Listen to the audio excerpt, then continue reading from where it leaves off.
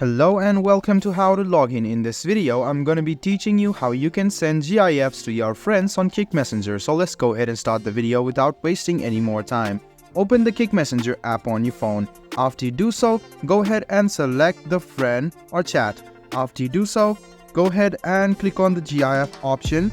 You can see the GIF option on the bottom. Go ahead and tap on it. And you can go ahead and search for a GIF of your wish. Or else you can just go ahead and search for the GIF.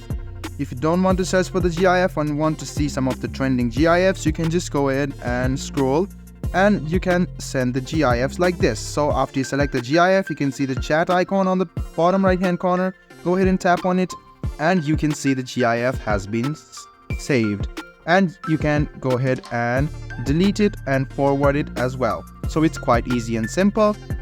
Go ahead and go to a chat with a favorite person or your friend and click on GIF.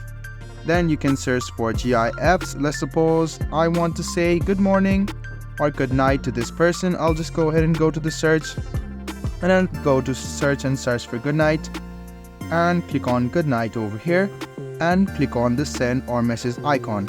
This way I can easily send a GIF to my favorite people.